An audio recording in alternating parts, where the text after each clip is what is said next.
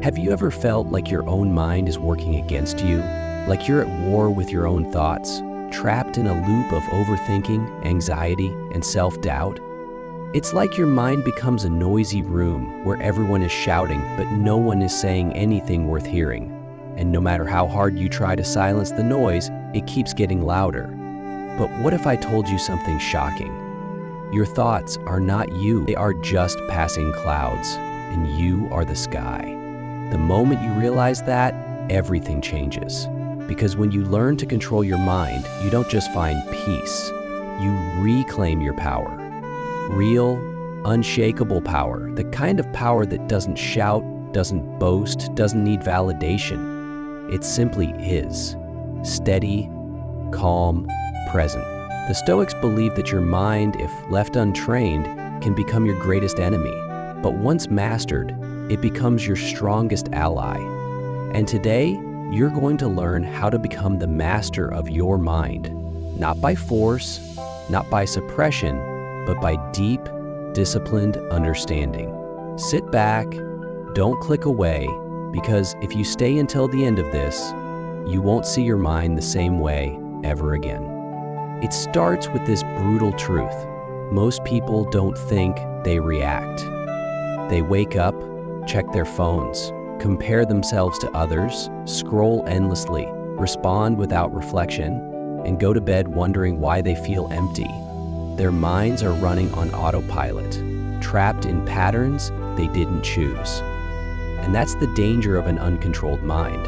It doesn't need your permission to destroy your peace. It only needs your silence. But what if you stopped being silent? What if you paused, listened, and took your mind off autopilot? That pause is where power begins. That space between stimulus and response is where control is born. And the person who can live in that space, who can stretch it wider and wider, becomes unstoppable.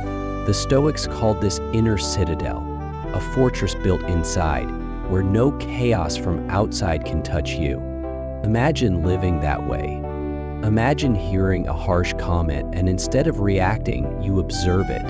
You feel no need to defend, no urge to retaliate. You breathe, you think, you choose. That's not weakness, that's control. That's real strength. But how do you get there? How do you build this fortress inside your mind? It starts with awareness. Right now, take a moment and notice your thoughts. Are they calm? Are they racing? Are they pulling you toward the past or shoving you into the future? The mind loves to run wild, reliving old regrets, fearing future failures. But you're not a prisoner of that. You're the one watching. And the moment you start watching, the moment you say, I see you, something shifts. You're no longer just a passenger. You're the one holding the wheel. The first step is simple, but not easy. Become the observer. Start seeing your thoughts as events, not truths. Just because you think it doesn't mean it's real. I'm not good enough. That's a thought, not a fact. I always mess things up. That's a thought, not a truth. The Stoics would ask, is this under my control? And if it's not, they'd let it go. Not because they didn't care, but because they refused to waste their energy on illusions. Every time you catch a thought, question it. Where did this come from? Is it helpful? Is it true? Is it kind? If the answer is no, drop it. Let it float away like a leaf on a river. The power is not in controlling every thought. It's in choosing which ones deserve your attention. That's how you begin to clean up the mental clutter that's been stealing your focus and peace. Your mind, left unchecked, will always default to survival mode. It will see threats where there are none. It will imagine problems you don't have. It will exaggerate pain and downplay joy. That's not your fault. That's your brain trying to protect you. But protection isn't the same as peace. And once you understand that, you can thank your brain for trying to help and then tell it to sit down and let your deeper wisdom take the lead. This deeper wisdom is already inside you. It's the voice that says, you've been here before, you got through it, you can do it again. It's the silence beneath the noise. It's the calm presence that watches your storm without being swallowed by it. You don't have to create this wisdom. You only need to clear the space for it to speak. And that space is found in stillness. Not in scrolling, not in shouting, not in stuffing your calendar with things to avoid your feelings. Stillness, a moment of breath, a walk without your phone, a morning where you just sit and feel the sun on your skin. In stillness, the mind settles. And in that settling, truth rises. But awareness alone isn't enough. You need to train your attention. Because in a world full of noise, the rarest superpower is focus. Think about this. Your life becomes what you give your attention to. If you constantly feed distractions, negativity, fear, that becomes your reality. But if you direct your attention toward what truly matters, growth, peace, purpose, your life transforms. Attention is like sunlight. Whatever you shine it on will grow. The Stoics knew this. That's why they practiced daily reflection. They would wake up asking, what am I in control of today? And go to bed asking, did I live in line with my values? That's not just philosophy, that's mental conditioning. That's how you train your mind to focus on what matters. So start small. Set a timer for 5 minutes. Sit with your breath, let thoughts come and go. Every time your mind drifts, bring it back. Not with anger, with patience, like a parent guiding a child.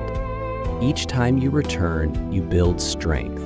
Each time you resist the urge to escape into distraction, you build discipline. Over time, you stop being pulled in 100 directions. You begin to walk a straight path, even when the world around you is spinning. That's how you sharpen your mind, not by force, but by steady practice. Now here's the hard truth most people avoid. Your emotions are not problems to fix, they're messages to listen to. And the more you try to run from them, the louder they get. Fear, anger, sadness, envy, they're not your enemies. They're signs pointing to something deeper, something unmet, something unhealed. The Stoics didn't suppress emotions, they studied them. They asked, what belief is feeding this feeling? Because every emotion begins with a thought, and every thought can be challenged. Let's say you feel anxious. Pause. Ask yourself, what am I telling myself right now? Maybe it's, if I fail, I'll lose everything. Is that true? Is it helpful? Is it kind? Often, it's not. But we rarely stop to check. Instead, we run, we distract, we lash out, we numb, and in doing so, we give more power to the very emotions we fear. But what if next time you just paused, felt it, named it? This is fear. Breathe. This is sadness. Breathe again. The act of naming softens its grip. You become the observer, not the victim. And from that place, you can choose. Maybe the fear is telling you to prepare more. Good, prepare. Maybe the sadness is telling you to let go of something you've outgrown. Good, release it.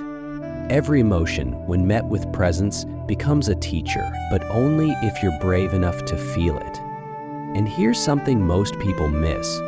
Controlling your mind is not about becoming cold or emotionless. It's about becoming deeply aware, deeply alive. It's about choosing your response rather than reacting from pain. When you learn to master your emotions, you don't feel less. You feel more clarity, more purpose, more peace. The Stoics were warriors of the mind, not because they felt nothing, but because they refused to be ruled by what they felt. And that's your calling too. Not to suppress, but to channel. Not to react, but to respond. But even all of this, awareness, attention, emotion, it means nothing without one final thing: habit. Because the mind, like the body, is shaped by what you do daily. Not what you know, not what you intend, what you do. That's where real change happens. Not in big dramatic shifts, but in the quiet, repeated acts of discipline. The morning you wake up and choose silence over noise. The afternoon, you pause before reacting. The evening, you reflect on how you lived and what you learned. These small moments are not small. They are sacred, and they build a foundation that nothing can shake. Start your day with intention. Before the world demands your attention, give it to yourself. Sit, breathe, ask, what kind of person do I want to be today? Not what you want to achieve, who you want to be. Choose 3 words: calm, strong, present, and return to them throughout the day like anchors. When the storm hits, remember, calm. When doubt creeps in, remember, strong. When distraction calls, remember, present. Let those words guide you more than your mood. Then build pauses into your day, micro moments where you stop and check in. Where is my attention? What story am I believing right now? Is it helping me? These questions create space, and in that space, you find choice. And that's all control really is, choosing again and again to come back to who you truly are beneath the noise. End your day with reflection. No shame, no guilt, just honesty. Did I live in line with my values today? Where did I drift? Where did I stay true? This practice doesn't just help you sleep better, it shapes your character, it builds integrity, and integrity is peace. When who you are on the inside matches what you do on the outside, there's nothing to hide, nothing to prove, nothing to fear. You are not your past, you are not your fears, you are not your failures. You are the one watching, learning, choosing. And the more you choose stillness over noise, focus over distraction, truth over illusion, the more your mind becomes a tool instead of a trap. The more you live not by chance, but by choice. So next time your mind screams, "You're not enough," whisper back, "I choose peace." Next time fear grips you, stand still and say, "I'm watching you. You don't control me." Next time the world tries to pull you in 100 directions, plant your feet and remember, I'm the master of my mind. I decide what matters. This is not a one-time fix. It's a daily practice, a lifelong path, but it is the path that leads to freedom. If you've stayed with me this far, something inside you is awakening, a deeper self that knows you are not here to be tossed around by thoughts and feelings. You are here to live with clarity, to lead yourself before you lead others, to find silence in chaos, to live from within. So take this, not as advice, but as a new way of seeing, a new way of being, one that the Stoics practiced, that the wise understood, and that you, right now, are stepping into. And if this message stirred something in you, don't let it fade. Rewatch, reflect, apply. And most of all, remember this: the mind is powerful, but it is not your master. You are.